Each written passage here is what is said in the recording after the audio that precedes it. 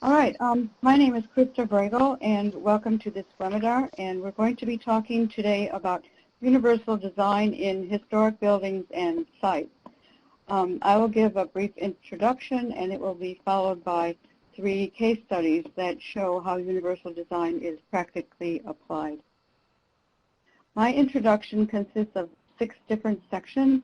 I'll first give a description of universal design, then a brief history about how universal design developed, talk about the principles of universal design, give characteristics of the ADA, the ADAG, Universal Design, UD, and the California Historic Building Code. Then common characteristics when you're looking at a historic building or site if you're planning to do a rehab project, which might allow an easier use of a universal design plan. And lastly, the Secretary of the Interior Standards and Universal Design. So universal design is considered a design concept that advocates for people, not only people with disabilities, but it advocates to create design for all people. So it's a concept more than it is actually either a law or a set of standards, as are the ADA and the ADAG. Universal design actually does adhere to the ADA standards, but it goes beyond the minimum requires that the ADA suggests. And by going beyond, I mean that it tries to create access for all people, not just people with disabilities. So the history, it began in the 1950s when barrier-free was the initial term that was used to indicate accessible design in the built environment. And also at this time, the barrier-free term was used to indicate obstacles to be removed for people with disabilities. But it was found that they were very segregated and special. So in the 60s, there was a disability rights movement that developed, and they demanded social and political discrimination, that it should be eliminated. And they also saw that the laws that had been developed were unequal and still very separate, and they felt isolated. So it was in the 70s then that the disability movement saw that these laws that had been developed were very isolated and segregated. So it came about then that Ronald Mace, who was an architect who had polio and also used a wheelchair and a ventilator, he developed this concept of universal design, and he defined it as the design of products and environments to be usable by all people to the greatest extent possible without the need for adaptation or specialized design. And he also figured out how to integrate accessible design into universal design principles. So then in 1990, after the Americans with Disabilities Act was passed, architects and designers were having trouble with how to implement these standards, and this seemed to be a common thing. So there was a group of specialized architects and professional designers who got together at the Center for Universal Design in North Carolina, at North Carolina State, and they talked about the segregation and separation. And they did a study, and it was called the Study for the, let me see, what did they actually call it? Well, anyway, they did a study, and in that study, they found out that features that were used for accessible design were also usable for a wide range of people. So, for instance, curb cuts. Curb cuts could be used not only for people with disabilities, but people pushing baby strollers or bicycles bicyclists or travelers wheeling their luggage, or even your UPS guy who needs to get up the sidewalk. So they decided then to expand their scope to be not only for disability access, but for access for all people. And that then was the foundation for the universal design movement. Then there were 7 principles of universal design that were developed, and these were developed not to be standards per se, but just to give a better understanding of the concept of equal treatment and equal access and equality in general. So the first one is equitable use, and that means that the design of the elements should be useful for people with very diverse abilities. Flexibility in use means that accommodations need to include a wide range of individual user preferences and different abilities. Simple and intuitive use requires that the use of the design is easy to understand and eliminates any unnecessary complexity. Then perceptible information means the design should communicate any necessary information effectively to every user. The tolerance of error means that there should be a minimization of any hazards and the adverse consequences of either accidental or unintended actions. Number 6, low physical effort means that the design should be efficient and comfortable to use and should minimize any additional physical effort. And lastly, the size and space for approach and use means that design should consider approach, manipulation, movement of arms and legs, no matter regardless of the size or mobility of anybody involved. Then the characteristics of the ADA and the ADAG are, first of all, that ADA is a law and ADAG are the standards that are used to implement that law. And different from that, universal design, although it has to adhere to the ADA, it also considers the use by everybody, not just specialized design for people with disabilities, and it also considers the aesthetic of the design. And then in California, we have the California Historic Building Code, and of course, many of you are probably familiar with that, but it allows for additional door clearances, unisex toilets, other factors that can be changed according to the ADA. But number 5, when you're looking at historic buildings or sites, there are some common characteristics that you can look for to determine whether universal design could be usable and that design would be successful. The first would be space, and that means looking at space in the historic building or site that is available for use, and that means that the space does not either interfere with character-defining features or compromise the integrity of the historic property. Then by non-character defining features, I mean an absence of character defining features. So for instance, if you have a historic building or site, then if there are non-character defining features, you could use those features to incorporate into a universal design. And the last, any changes or alterations that would allow for space to be open to incorporate a universal design. And these I'm just going to pass through quickly. And lastly, the Secretary of the Interior Standards.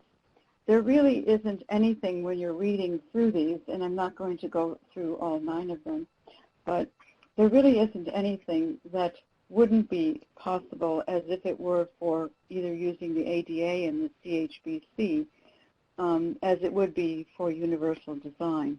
And the only thing to remember is to make sure that the universal design is compatible with all these standards. So we'll go on to the case studies from here. And the first case study will be the Boston Architectural College, presented by Emmanuel Andrade. Emmanuel is a lead professional with over 10 years of experience in architectural practice, both in the U.S. and in his native Brazil, where he's a licensed architect. Since 2004, Mr. Andrade has participated in a wide range of consulting projects at the Institute for Human-Centered Design, including numerous accessibility audits, Title II and Title III plan reviews, and architectural design services. Recent projects which Mr. Andrade has participated in include accessibility and universal design consulting on the Community Action Agency of Somerville, Harvard University, Boston Architectural College, the Massachusetts College of Art, the Old State House Museum in Boston, and the town of Westport and the town of Concord in Massachusetts, the Whitney Museum, and the Capital Master Plan for the United Nations headquarters in New York, New York.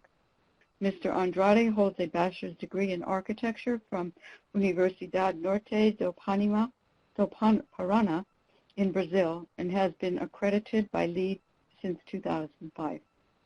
Emmanuel? Hi everyone, greetings from Boston. This is Emmanuel Andrade, and I'm happy to inform Krista and all the participants. I'm also registered in Massachusetts as of last week, just in time for this webinar. So very excited about that.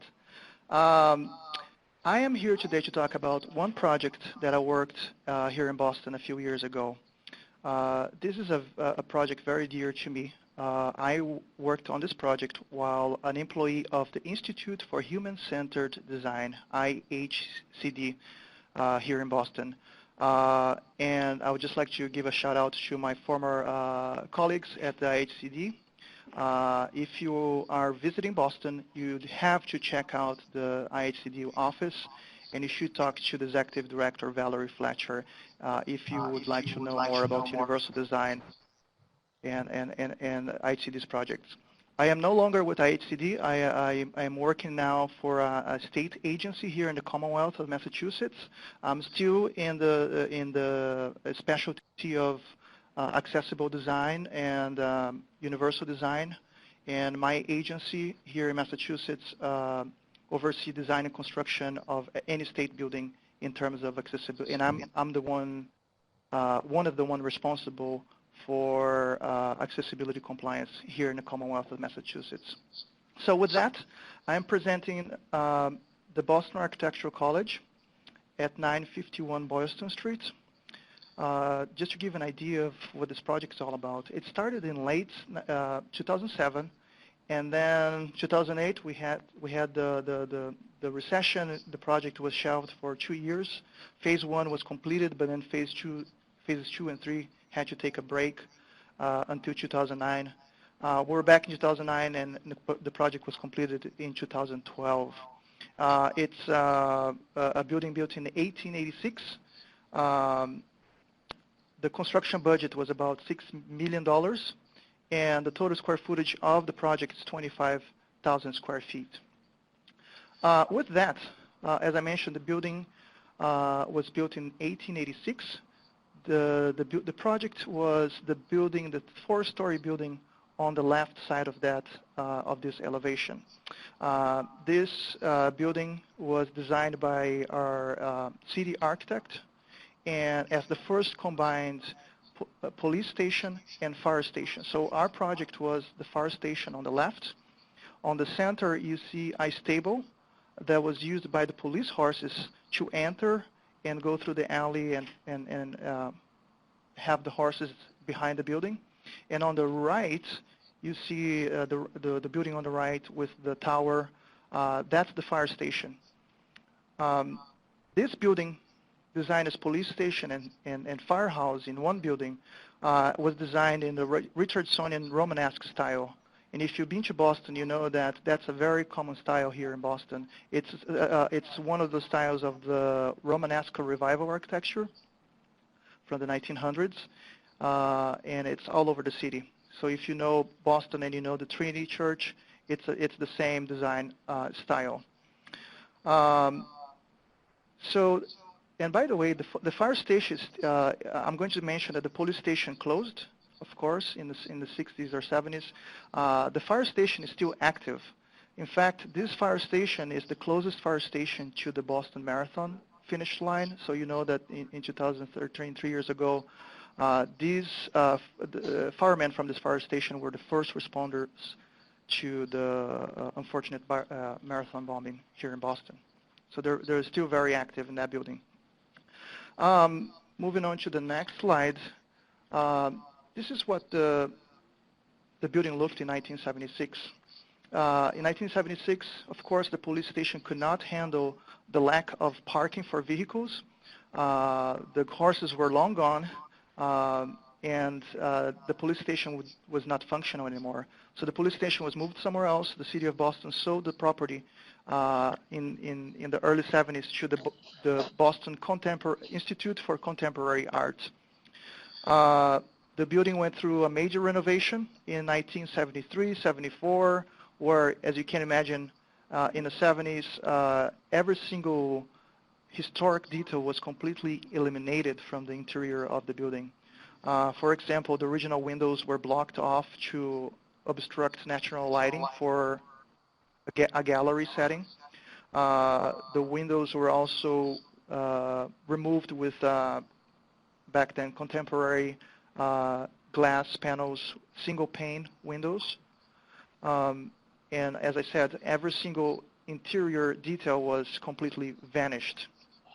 Fast forward 30 years, in 2006, the Institute for Contemporary Art moved from this location in the Back Bay neighborhood in Boston to the waterfront. And the Boston Architectural College purchased the building back then. So the Boston Architectural College, the BAC, hired IHCD back then to do a major renovation of the building. And the goal was to convert this then police station, then gallery, museum, into architecture studio spaces. And the building was completely inaccessible, no accessible bathrooms, no accessible space for the students. As you can see, the front steps are over 5 granite steps, 3 feet over the sidewalk, definitely not accessible. So IHCD was hired to make this building into a fully accessible building. In addition to our requirements under the ADA Title III for private-owned facilities, there were some, in Massachusetts we have our own regulation. And just a shout out to Massachusetts, because Massachusetts created its own accessibility guidelines back in 1968, 5 years before the Rehab Act, Federal Rehab Act, Section 504 in 1973, and 22 years prior to the ADA. Now we're going through a process where we're almost behind the federal requirements, so we have to catch up. But it was Massachusetts was a pioneer in accessibility,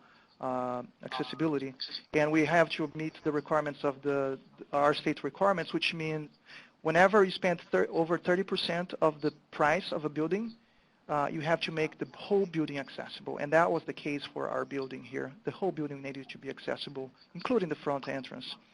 Moving on to the next slide, here's a floor plan of the building with Boston Street at the bottom of the page.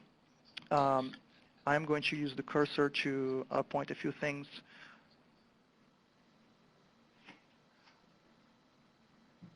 And on the left side of the building, there is an alley. That alley provided no access to the building. As you can see here on the front steps, you have the 5 steps. Folks would going to the police station, not going to the police station, but going to the Institute of Contemporary Art in the 70s would press a buzzer at the bottom of the steps. They would have to wait for an employee to come, tell them that they can't get into the building, and tell them that the accessible entrance is down on Boylston Street, down on Hereford Street, down the public alley, and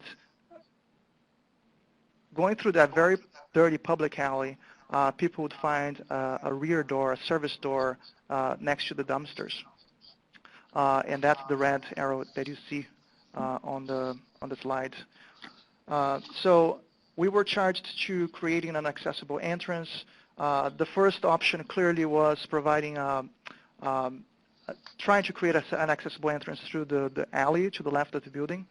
And we decided, well, we really don't want to create a second-class citizen entrance here. Plus, the alley is shared.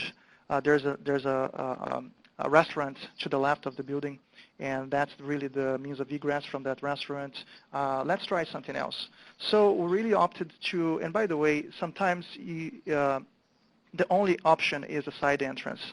And sometimes it's your only option. We tried here, but we decided to try something else. So our goal was to try to make this front entrance accessible. There were some ideas about lifts. Clearly, you can't provide a ramp because you would have a ramp on city property, and that would not work. So we decided, how about losing those steps and bringing that entrance to the bottom, to grade, and have everybody enter through the main entrance.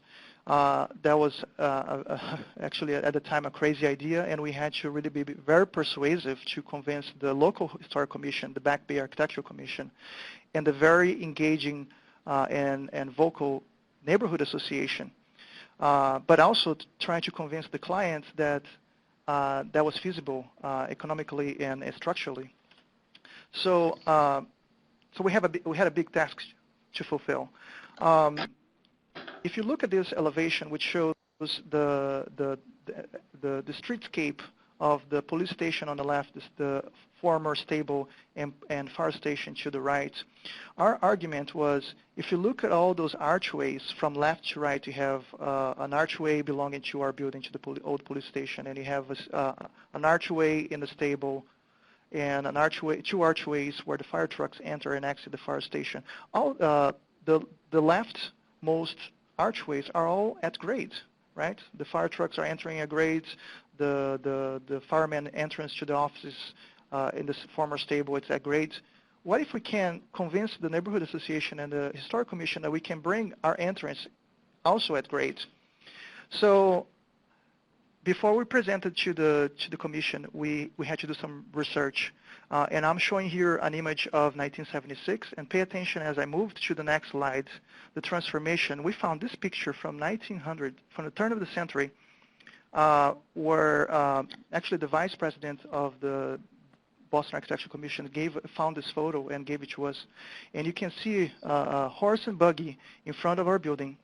And we didn't have the restaurant to the left of our building. That lot was empty. You see the firehouse to the right, the stable. But look how interesting that entrance to our building is.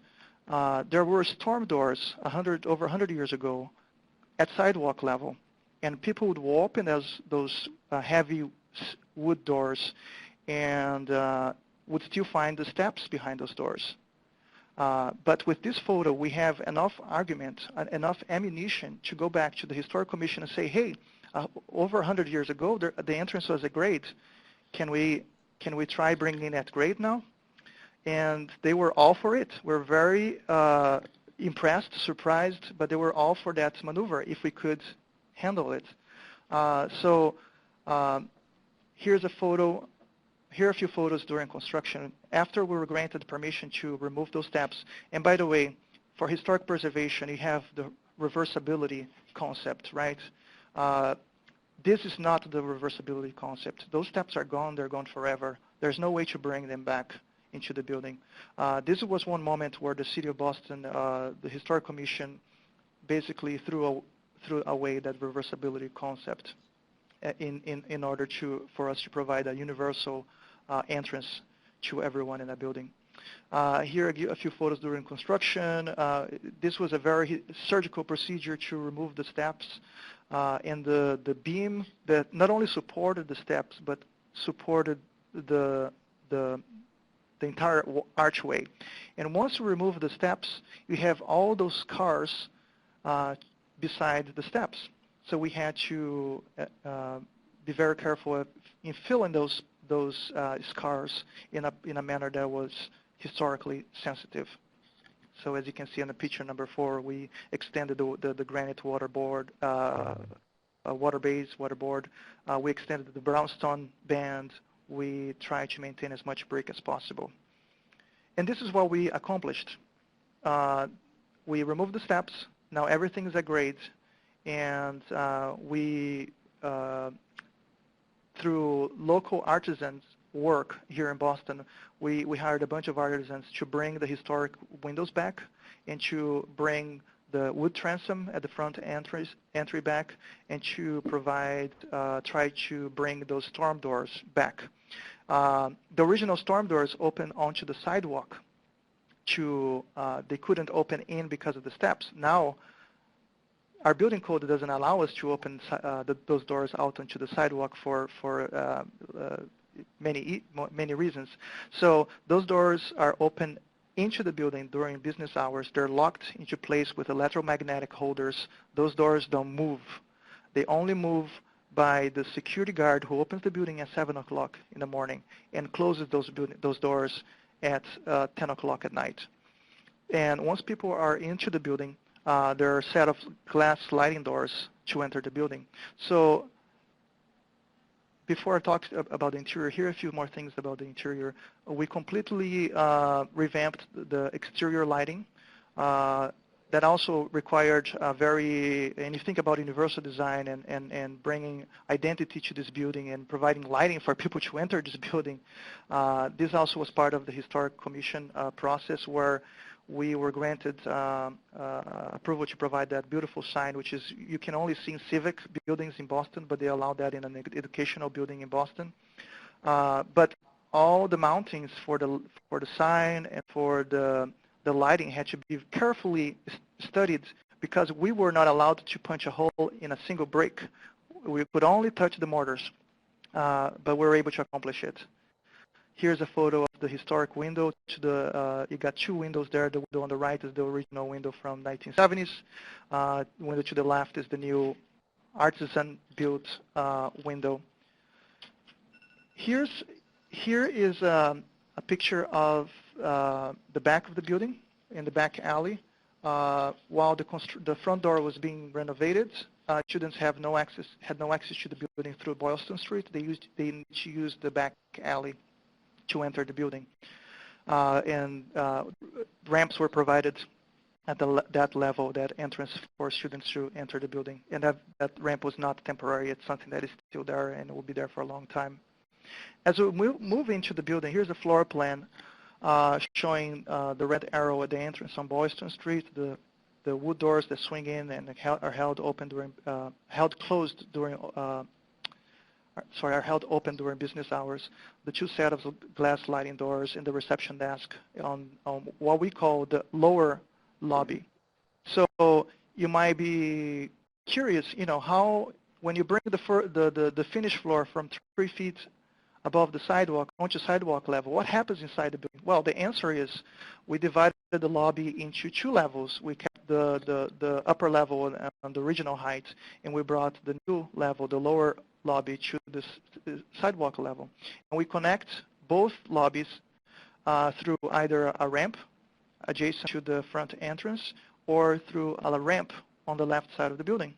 So if you go right, you can take the steps. If you go left, you take the ramp. So before, people would have to, when the steps were there, people would go up and go into the building. Now the concept is people go in and then they can go up. And going up, you have an accessible option.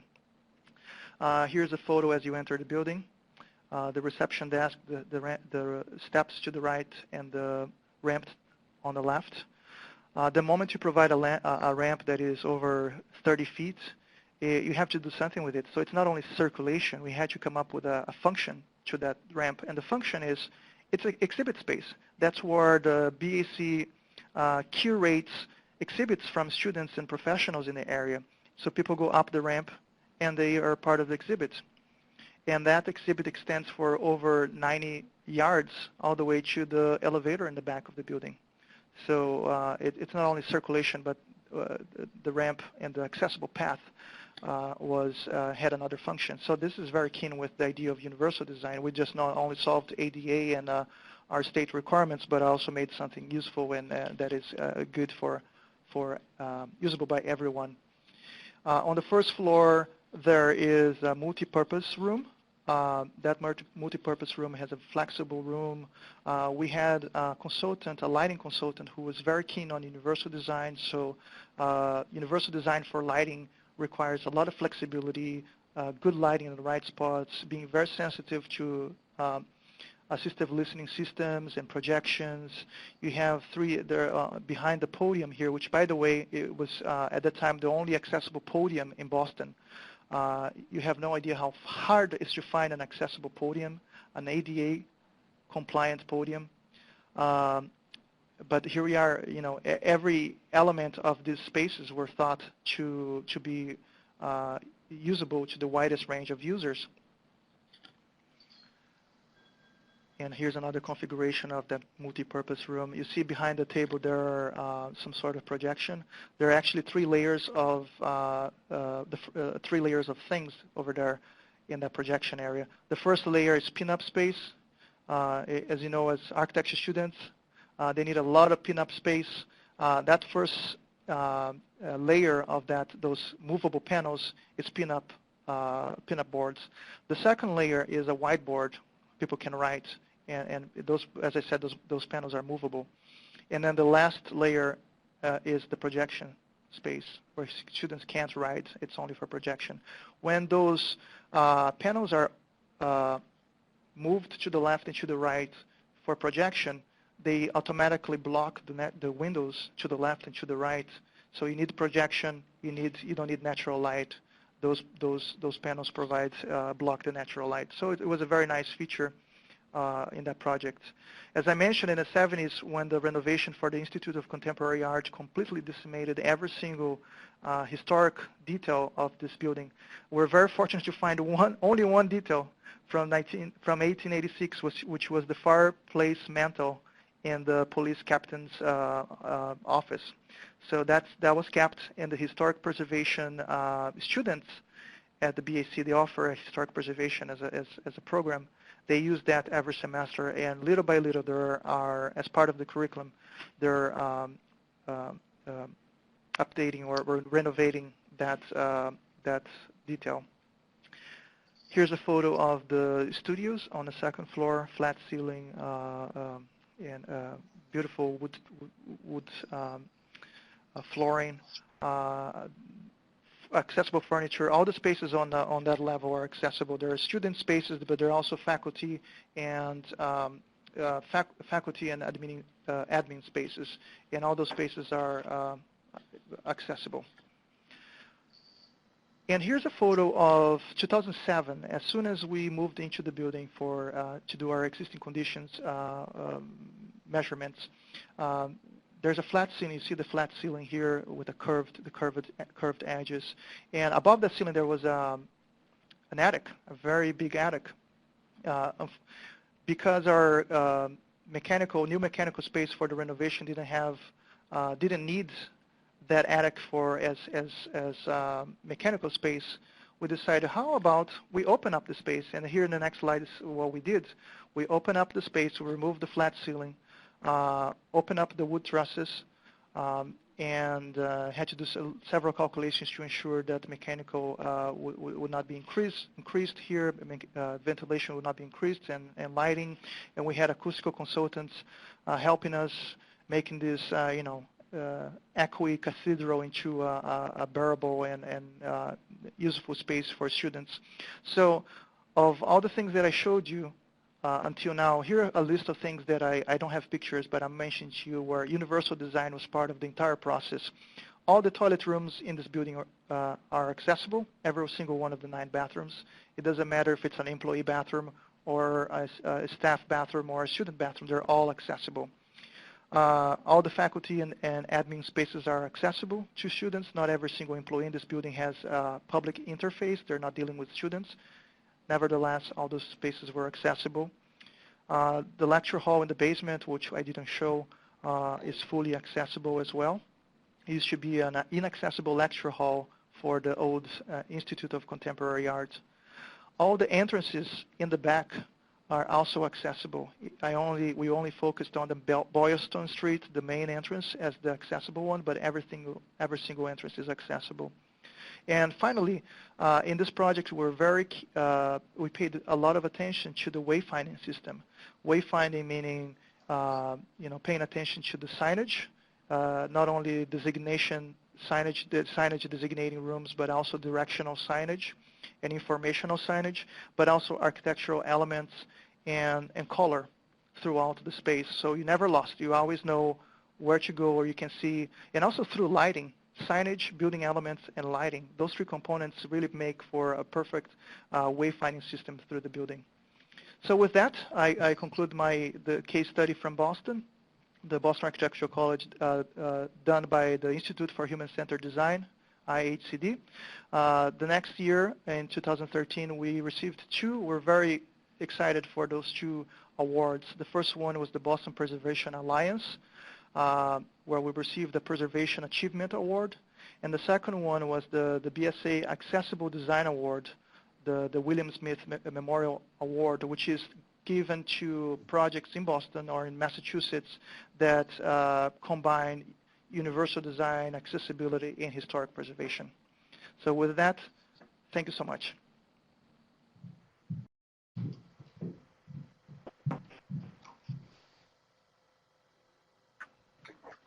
Our next presenter is Arnie Lerner. Arnie is certified by the Division of State Architect as a Certified Access Specialist and is a member of Education and Outreach Committee of the California Commission on Disability Access and currently serves on the San Francisco Access Appeals Commission. He has worked in both the private and public sectors, including the Board of Directors of the San Francisco AIA and San Francisco Heritage, where he also served as staff architect in the 1980s. Arnie? Good afternoon, everybody. In terms of talking about universal design, I approach universal design as designing with dignity. In other words, everyone uses the same entrance without any kind of special attention or means applied. And it was the basic concept for our project on Alcatraz Island, providing access to the main cell house. As you know, Alcatraz Island started as a military fortress in 1848 and then became an Army disciplinary barracks shortly thereafter. This is a picture of the main cell house in 1914. The Bureau of Prisons took over the island in 1934 to house America's most notorious criminals. It's not often I get to do a presentation with Al Capone as one of my presenters. In 1962, U.S. Attorney General Robert Kennedy signed an order to close the prison due to its expensive upkeep and its prime location in the bay. All of the energy and all of the waste and everything had to be shipped back and forth to the island, very expensive for the upkeep. In 1972, Alcatraz became a national recreation area, and in 1986, a national landmark, and was taken over by the Park Service. In 1997, the Park Service initiated a barrier removal program to try and provide access to the main entrance of the cell house, which is in that little red circle. Up to then, there was a ramp on the side that went to a back door that got people in who had mobility problems. The access to the main plaza and to the cell house were through stairs and steps that varying rise and run. There was a very thin and kind of broken walkway that went around the green space to the main plaza, and from the main plaza to the entrance, which had an 8-inch step. Working with the Park Service and the Conservancy and the Blue and Gold Fleet, which provided access to the island for tourists and had an obligation to provide maintenance to the island. A design that included new steps on the left-hand side with the appropriate handrails, a redesign of the walkway surrounding the grass area up to the main plaza, and a entrance which had a ramp on either side of a level landing with steps, which provided sort of unequal access to the cell house. Able-bodied visitors could use the steps, whereas people with mobility impairments had to use the ramps. So we looked at and did show this is an elevation showing the handrails and the steps, and it quite obviously wasn't a universal design in that those that couldn't use the steps had to use the ramp, and to us signaled a loss of dignity. So we came up with a different design that would provide a fan shape to the design that at a 1 in 24 slope, a very level sort of sidewalk, so everyone could access a level landing area. And we chose a fan design to distinguish this new addition from the rectangular design of the paving. We did provide for reversibility. We had to provide a slip sheet underneath the new concrete, so that in the event that no longer wanted to provide access to the entrance, we could remove the new concrete, and the old concrete with all of its cracks and wear would still be there. Part of the design was to, while we had a fan design of the access to the entrance, we scored the concrete in the same rectangular pattern of the existing concrete, so that over time, as the new concrete aged and it got darker with use, it would blend in to the existing concrete color and texture, and yet if you look closely you would see that something new had been installed. This is a view from the top of the lighthouse that looks down on the project, which you can see the steps and the walkway around. There was a time capsule actually right where that walkway makes kind of a 60-degree turn that was put there during the Indian occupation, that we had to be very careful about going around. So you can see the rectangular grid in the concrete. It blends in with the older concrete, and eventually you really won't be able to distinguish it. And now it provides universal access to the entrance. Nobody really notices any difference. I've seen people just standing there talking, not really realizing they were on a modified walkway to get to the entrance. And that's the project.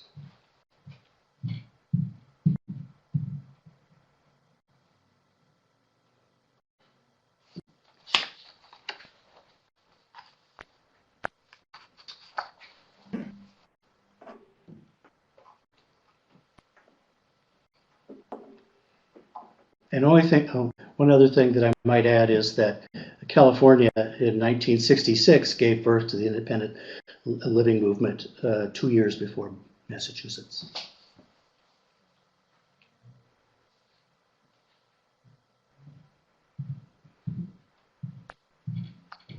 Hey, Trista, I'm not sure if you have yourself unmuted yet, so press *6 on your phone. Yeah. Oh, there you Can you hear me now? You're good. Yeah. Yeah, we can hear you. Okay.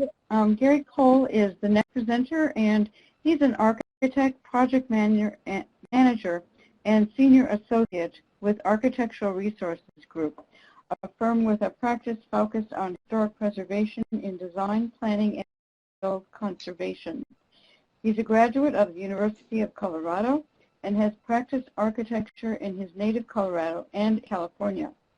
Now based in San Francisco, he has over 20 years of experience on preservation and rehabilitation projects in California, working on buildings ranging in style and construction from Spanish colonial adobes through mid-century modern.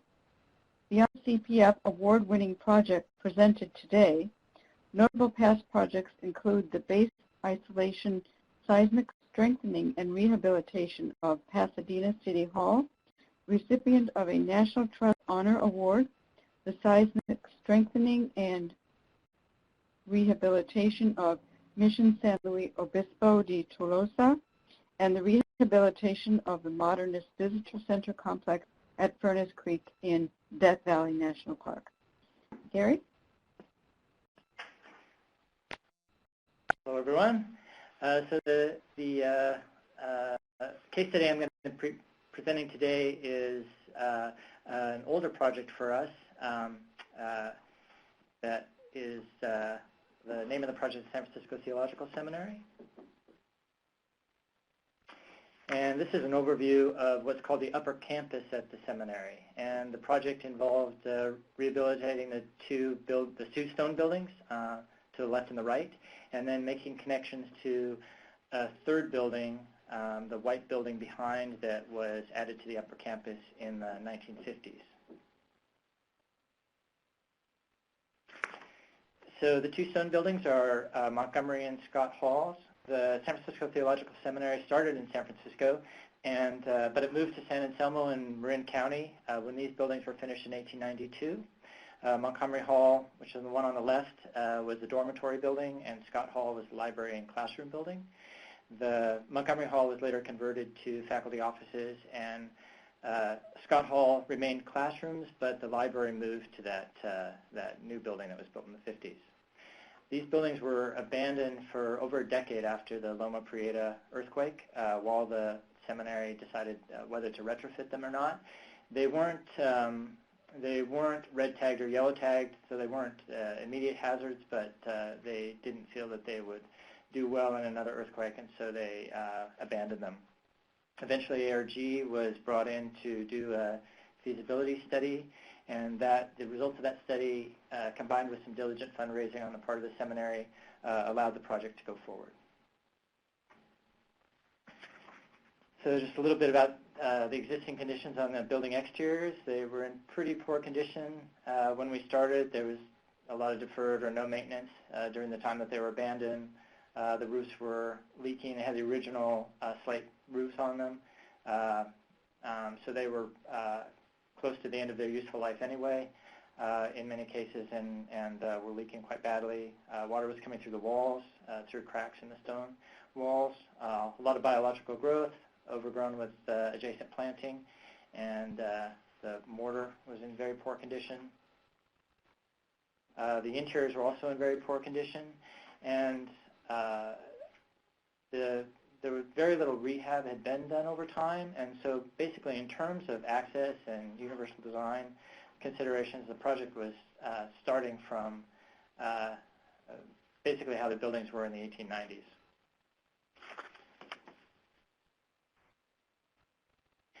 So beyond the imperative of structural retrofit and overall rehabilitation, a major project goal was to recreate the upper campus as the major node for the campus overall. At the start of the project, the buildings were basically surrounded by asphalt with no discernible connections between them, and the only accessible feature at all was, I can point to it here, was one handicap parking space symbol outside of Scott, which actually served the adjacent building, Geneva Hall.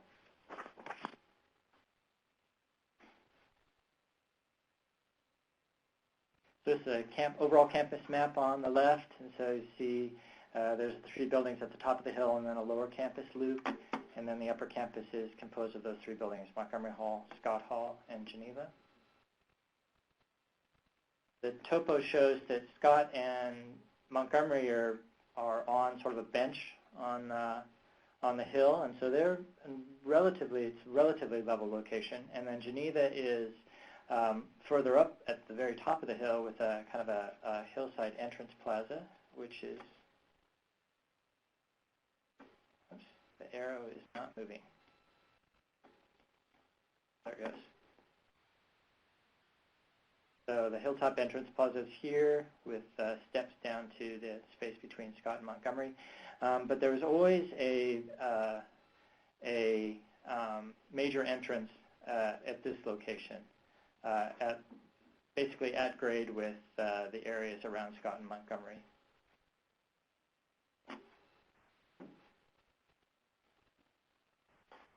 So the site plan, of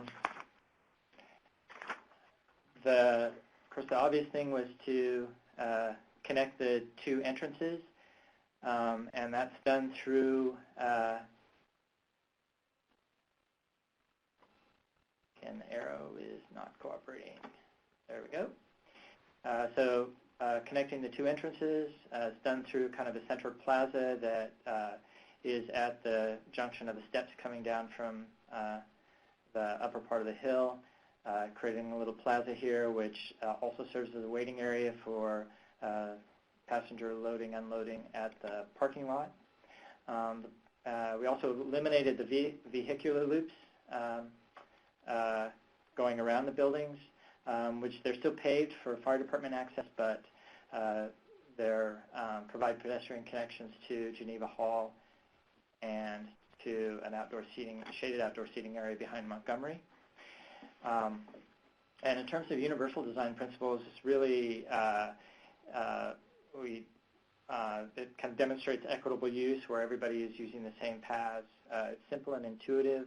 It's an obvious connection between buildings, but also the colored concrete kind of highlights the pedestrian path and kind of minimize, so low physical effort, kind of really minimize grade changes across the pathways connecting elements of the site.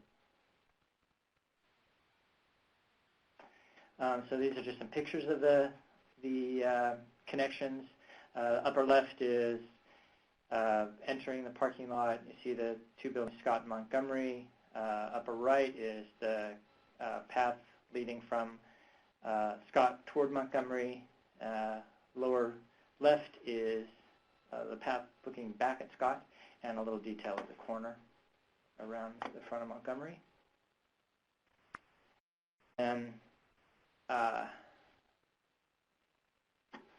so the upper left is just the little plaza space in the middle. Upper right is the front of Montgomery, and lower right is the fire lane and pedestrian path behind Montgomery, and then there's a little thumbnail looking back at Geneva. So there's a subsequent webinar on CHBC, but I just wanted to talk a little bit about the CHBC and universal access, the kind of the sections that might overlap. As a private project on a qualified historic building located in California, the California Historical Building Code set the parameters for allowable alternatives for access. And I would say that this project took advantage of the alternative entry section, and under the CHBC that is allowed to be in an alternate location up to 200 feet away. But we were mindful of the universal access or universal design principle of equitable use, and if you the guideline is to make the means of use identical whenever possible and equivalent when not. So our goal in this project was make it as equivalent as possible. And then the other section is that has some overlap are stairs, railings, and guardrails. And so under the CHPC, you can leave them even if they're at variance with current code if it's determined by the enforcement agency not to constitute a distinct hazard. But of course, in terms of universal design, you want your standard to be a little higher than that. You really want it to be as equitable for a broad range of users as possible and require low physical effort, be comfortable to use. And so it's not just minimum safety that you look at, but try and make it more usable for the broadest range of people. So starting with Montgomery Hall, obviously the challenge is that the first floor is half level up and the basement's half level down, so you have no entrance at grade. And then looking in plan, it's a Victorian structure and it was kind of in a grand style, so the corridors are nice and wide, door widths are generally very generous, so once you're in the building, in the circulation space, it's not a problem. And there was an elevator actually connecting the floors in the building, but the issue was getting into the building and then the core. And so there were a couple steps up the entry and then a half flight of steps to the first floor, a very narrow corridor. Try and get the arrow working. A very narrow corridor leading back to the restrooms, and the restrooms were not accessible at all.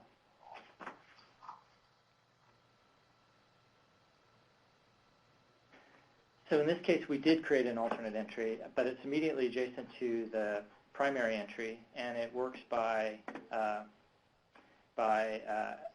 having a lobby and then a double-sided elevator.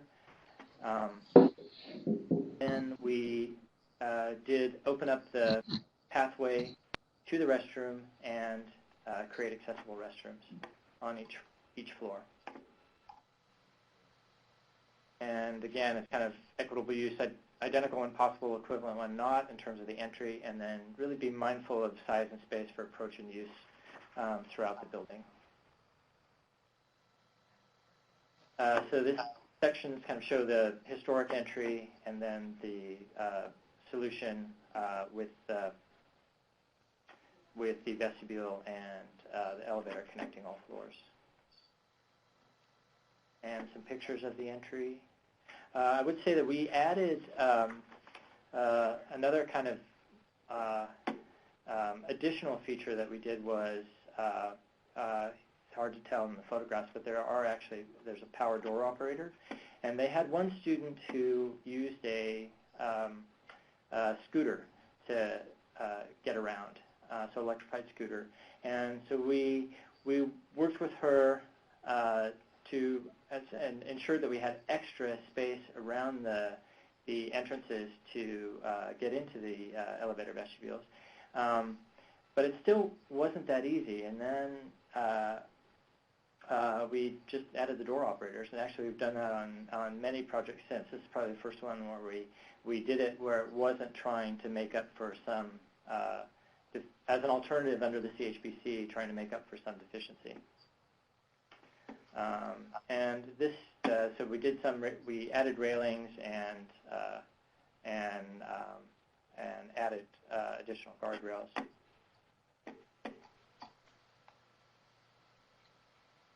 So the situation at Scott, moving on to Scott, the situation is very similar. The main level is above grade. Here there are just 2 levels to connect. The basement is just mechanical and storage. Again, the issues are at the core because the main corridor is very generous and door widths are fine. So once you get to here, it's easy to get to the primary spaces on the level. So the challenges are really the entrance, again, a narrow corridor leading to the restrooms, and then inaccessible restrooms. It's just 2 very small single occupancy restrooms for the entire building. And the solution at this building was similar as well. Alternate entrance, very close to the main entrance, vestibule, double-sided elevator. Opening up the corridor to get to new restrooms that were created in this backspace on each floor, new accessible restrooms. And then just showing the second floor, the old library space was converted into a student center, and then classrooms, and again, accessible restrooms. So sections showing the historic entry and then the adjacent entry with the double-sided elevator and access to the 2 floors. And pictures of that. Here, this operator is even more useful because it's actually away from the building wall. So it's on your path of travel to the door, so it's very easy to operate. Here there was a railing added on the much higher railing added on one side of the stair.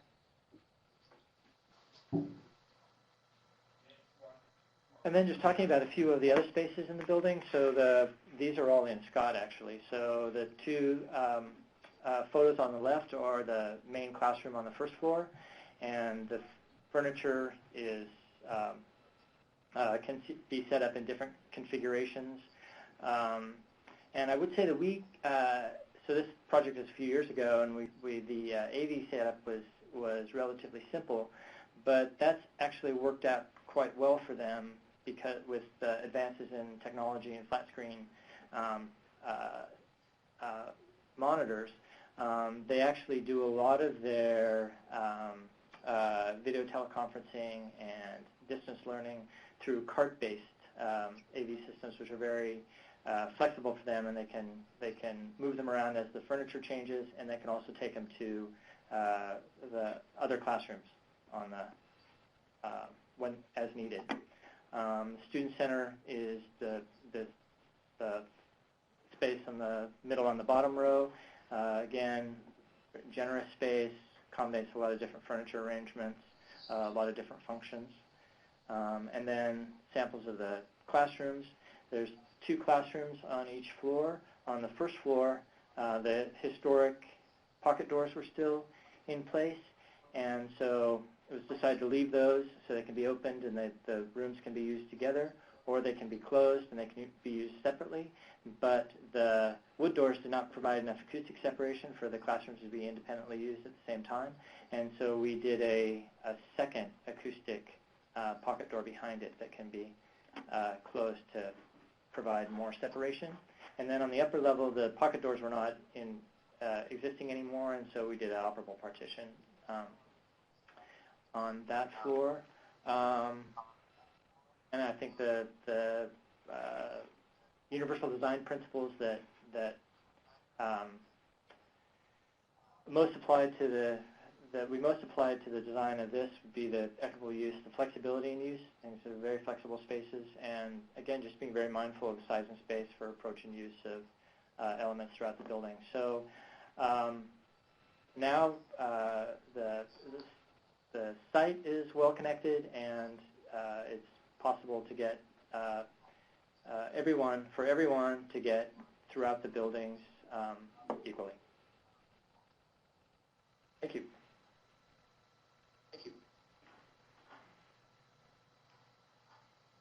Okay, yeah, this is John. I just wanted to open it up to questions for everybody, and we have plenty of time. We have about 15 minutes, maybe a bit more, for questions. So feel free to type your questions in the chat box, or if you'd really like and you're on the phone, just press *6 on the phone and speak up with your question. To get it started while we're waiting for people to type in their questions, I think I'll start with one myself, and I was going to ask, this one is particularly for Emmanuel, regarding, you mentioned a couple times the lighting and how you used lighting to provide access or to help in wayfinding, and I'm wondering if you could elaborate on that. Yes. Entering the building and taking the ramp to the left, it was a very long corridor towards the elevator, which is the only vertical circulation, accessible vertical circulation to all the levels. Lighting along the corridor was very well organized, not only for the exhibit spaces, panels along the corridor, but also there was it was used for wayfinding because the lighting at the end of the corridor identifying the elevator was completely different from the rest of the corridor. So people getting to that corridor would see the light, this different, which is a more yellow than the white light through the corridor, and that would identify as the way going up. The bathrooms all had the same color lighting. There was a recessed wall fixture adjacent to all the doors to the bathrooms on the first floor. So folks, those multi-purpose room could have between 30 people and 120 people, depending on the events. And when you have 120 people living in that room, trying to find the three bathrooms, or actually the three bathrooms available on that floor can be troublesome. So they all had the same element of lighting in the right place, giving consistency, so people would find those spaces. Same thing on the upstairs in the studios. We had to be very careful determining circulation. And you're now in a circulation public space, so it had a different type of lighting. Now we're stepping into a studio, a private space. You have a different set of lighting with different lighting levels and different colors and all that. So circulation, navigation was clearly separated or distinguished through lighting. Okay, and maybe a bit of a follow-up question.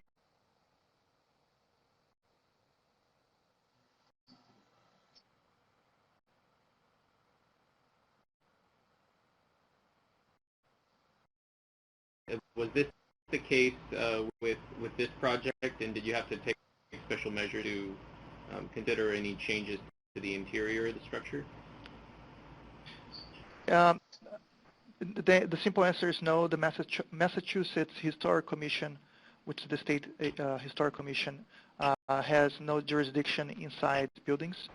So it's only were preoccupied with the facades and you know, perhaps the recessed entry, where I believe the recess, you know, 5 feet into the building under the archway was also still considered the exterior of the building because of the building facade and the brownstone and the granite facade and the brick. So that was still part of the exterior. Anything on the exterior had to have a bronze finish. So all the light hangers that you saw on the facades had to be bronze finishes. All the hinges and hardware for the historic wood doors that we replicated had to be bronze finish. The moment we step into the building, beyond the wood doors and beyond the glass, everything is contemporary. We do not have to comply with any historic requirements by the Massachusetts Historic Commission, and but you know, on the outside we had to. So also including that also included being very careful with the historic windows or historically sensitive windows that we're bringing back. The city architect who designed this building, his name is Arthur Vinyl. He has another project here in Boston. It's a water pump station on the outskirts of Boston, and that building still has the original colors of all the details done by that architect. So the Historic Commission sent us to that building, and we had to basically mimic the green color, which is the original color of the windows and the wood transom and all that. So the simple answer is yes, we had to comply with historic preservation requirements for the exterior, but not for the interior.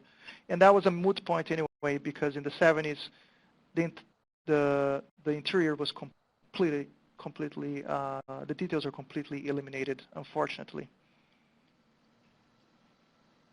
Okay, and I'll present the next question that was typed into the chat box. Chris is asking if Arnie can elaborate on his negotiations with the National Park Service in order to accomplish the grading.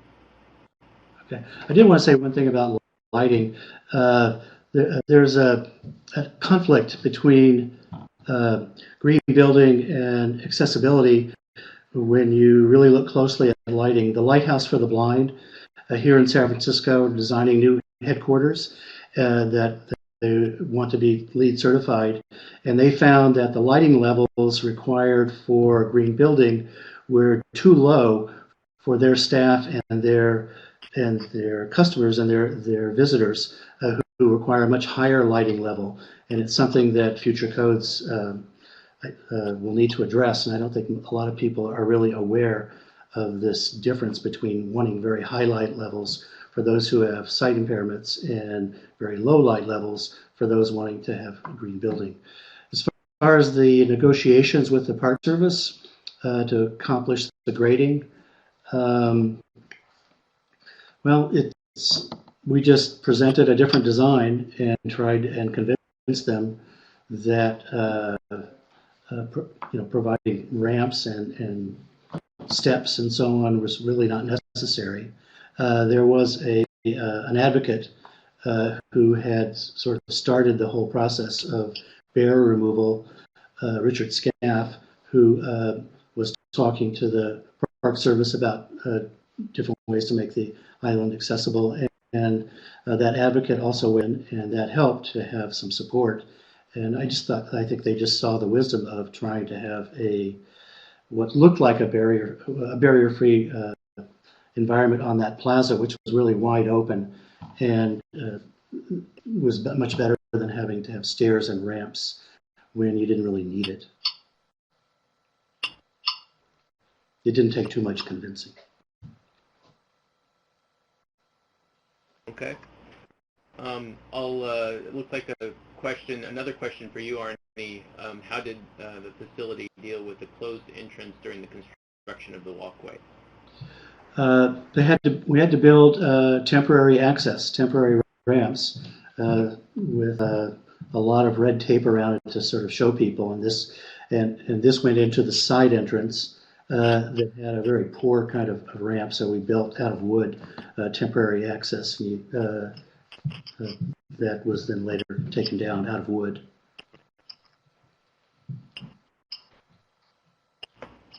Okay. Maybe a question for Gary, actually. Is I noticed that in both cases, both with Scott and the first case you presented, you used a double-sided elevator to meet that requirement. Were there any alternatives that you were considering or thinking? I mean, I'm sure there were different iterations that you were going through trying to determine how to get access into the building. Were there anything else that was an option? Well, yeah, of course, the first thing you always look at is trying to make the main door accessible. But the buildings had very little work done to them, actually. I mean, just really cosmetic stuff. And so all the interior features were there, and it was really, and there wasn't a lot of space either outside or inside to make up the kind of height difference that would be required to get in either building through the main entrance. So,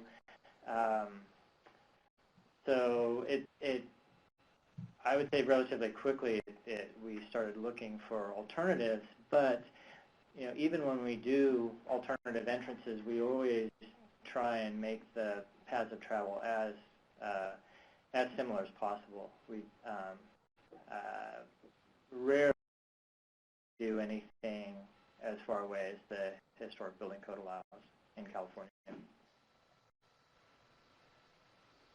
Great. I will leave it open. Looks like a question is coming in the chat box, so we'll hold off on moving the evaluations, but I will encourage everybody in the room currently to wait to do an evaluation. It's where we hear your thoughts on our programs and what you'd like to see in the future. So if you don't mind, wait around for the next question, and then we'll close and move over to the evaluation. I just want to add one thought, that you know, lots of times the accessibility requirements or regulations are very interpretive, and I've always found it very useful to create a focus group of disabled citizens, or at least get an advocate who's disabled to weigh in on the usability of what might not be fully code compliant on your proposals, and involving to some extent, disabled community in validating your design, and you come up with some really great ideas that way too. And California enacted the Unruh Civil Rights Act, which included accessibility in 1959. Wow. Take that, Massachusetts. Another thing you guys beat us. Sheila, yeah. Sheila had a question. She was asking for any suggestion for evaluating the installation of exterior handrails with the grand staircase in historic buildings. So she said one center handle or handrail to the side. Any other suggestions when it comes to that? I can talk about that. For the Palace Hotel in San Francisco, that question came up about the grand staircase, and it's also what I'm doing at the Lilienthal House, is that there's a very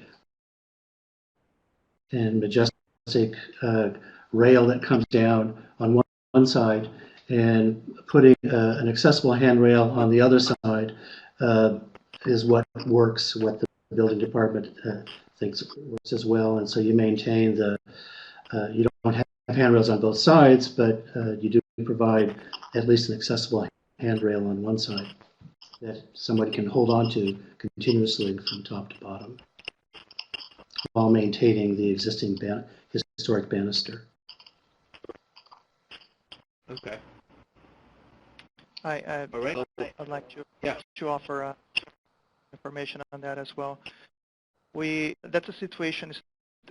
Stairs and handrails. It's a constant struggle here in our area because of historic preservation of the age of our buildings. A few years ago, I had to work on a project on the old State House here in Boston. It was built in 1773, 303 years old. Building where there's very little you can do to provide an option that is meets the federal and state requirements and is still historically sensitive to the building. So usually providing one handrail is usually for us here is a compromise with the Historic Commission and the Architectural Access Board. But it's a problem that we're case by case we're trying to solve. Great, thank you. All right, well, it looks like we're just about complete here. The last step is to move over to the evaluation. So give me about 30 seconds to load up the evaluation. And while I'm doing that, wanted to encourage everybody to join our program on next Wednesday, which will look at the CHBC and the ADA. Wayne Donaldson and quite a few other surprise speakers will be presenting. There are quite a few case studies being presented. One second here, let me pull up the survey. I also encourage everybody to come to our conference this year. 2016 Annual Historic Preservation Conference is happening this year at the Presidio in San Francisco from April 16th through the 20th. You can find more information on that on our website. We have plenty of programs throughout the year. We have about 24 webinars and 12 workshops throughout the state. So if you're interested in any of these programs, you can also look at our website. The survey is now up on the page. So in order to add your responses, you simply fill out the multiple response options and then scroll back up to the top of the page and click Submit Response. On the right-hand side is where we get your qualitative responses, and we'd love to hear your thoughts on any future programs or additional suggestions you have on our programs. And you can also provide any comments on today's program on the bottom. So thank everybody. I thank all of our speakers for their time, especially Krista, who helped organize this program. And wonderful presentations all around. And please do continue to attend our programs and provide your support to us through your membership. Thanks again for your time, and have a wonderful day, everybody.